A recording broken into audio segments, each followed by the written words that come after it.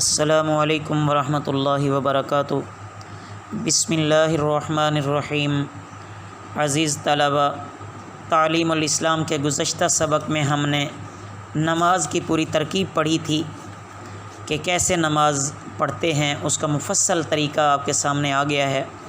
آخر پہ میں عرض کر رہا تھا کہ سلام کے بعد جو مسنون دعا ہے ان میں سے ہم نے 2 تو پڑھ لی تھیں، اور اسی طرح آگے بھی ہیں کہ لا الہ الا اللہ وحدہ لا شریک لہ لہ الملک ولہ الحمد وہو علی کل شیء قدیر، اللہم لا مانع لما اعطیت ولا معطی لما منعت ولا ينفع ذا الجد منک الجد۔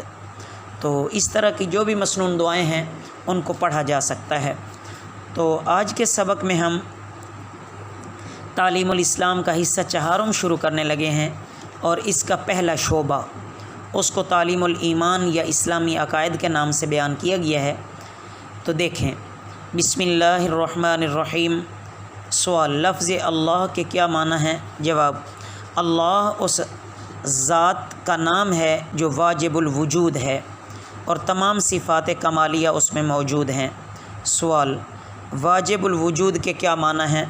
جواب، واجب الوجود ایسی ہستی کو کہتے ہیں یا ایسی موجود شے کو کہتے ہیں جس کا وجود واجب ہو، یعنی ضروری ہو کہ وہ موجود ہو، لازمی بات ہے کہ وہ موجود ہو، اور اس کا عدم کہ اس کا نہ پایا جانا یہ انتہائی محال ہو۔ وہ ایسا ہو نہیں سکتا کہ وہ کبھی ہو کبھی نہ ہو، تو اس کو بھی ہم کس چیز سے تعبیر کر دیں؟ وجود سے تعبیر کر دیں، ایسا نہیں ہے، اس کو واجب الوجود نہیں کہیں گے۔ جو واجب الوجود ہوگا وہ ہمیشہ سے ہوگا، ہمیشہ رہے گا، نہ کوئی اس کی ابتدا ہے نہ انتہا ہے، کسی وقت بھی وہ عدم نہیں ہوگا، غیر موجود نہیں ہوگا، ہر وقت وہ موجود ہوگا۔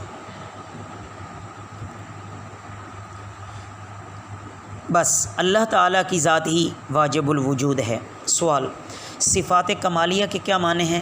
جواب، اللہ تعالیٰ چونکہ واجب الوجود ہے اور واجب الوجود کا اپنی ذات میں کامل ہونا ضروری ہے، تو اس کمال ذاتی کے لیے جن صفتوں کا اس میں ہونا ضروری ہے وہ سب اس کے لیے ثابت ہیں، انہی صفتوں کو صفات کمالیہ کہتے ہیں۔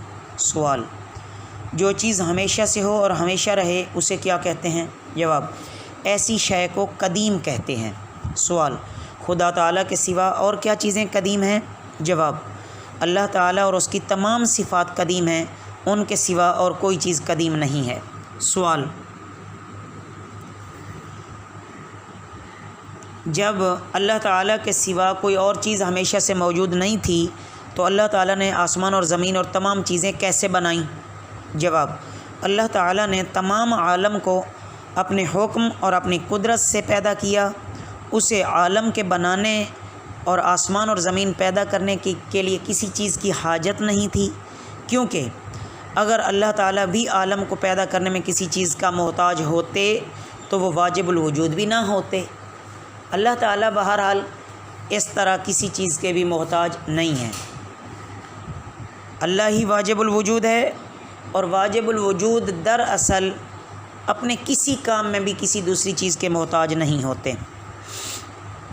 سوال، خدا تعالیٰ کی صفات کمالیہ کیا ہیں؟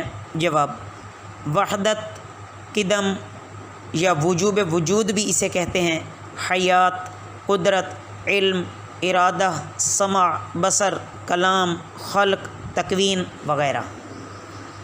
سوال، صفت وحدت کے کیا معنی ہیں؟ جواب، وحدت کے معنی ایک ہونا، یہ اللہ تعالیٰ کی صفت ہے کہ وہ اپنی ذات میں بھی ایک ہے اور صفات میں بھی یکتا ہے، اور توحید کے معنی اللہ کو ایک سمجھنا یا اس کے ایک ہونے کا یقین اور اقرار کرنا، اسی سے پھر وحدت ہے۔ توحید اور وحدت ایک ہی چیز ہے۔ سوال، صفت قدم اور وجوب وجود کے کیا معنی ہیں؟ جواب، قدم کے معنی قدیم ہونا یعنی ہمیشہ سے ہونا اور ہمیشہ رہنا، اور وجوب وجود کے معنی واجب الوجود ہونا، اور واجب الوجود کا ہم پہلے پڑھ چکے ہیں کہ کیا معنی ہے۔ سوال، ازلی ابدی کے کیا معنی ہے؟ جواب، جس چیز کی ابتدا نہ ہو یعنی ہمیشہ سے ہو اسے ازلی کہتے ہیں، اور جس چیز کی انتہا نہ ہو اسے ابدی کہتے ہیں، یعنی وہ ہمیشہ رہے گی۔ تو اللہ تعالیٰ ازلی بھی ہیں اور ابدی بھی ہیں۔ سوال، حیات کے کیا معنی ہیں؟ جواب، حیات کے معنی زندگی کے ہیں، یعنی اللہ تعالیٰ زندہ ہے اور زندگی کی صفت اللہ کے لیے ثابت ہے۔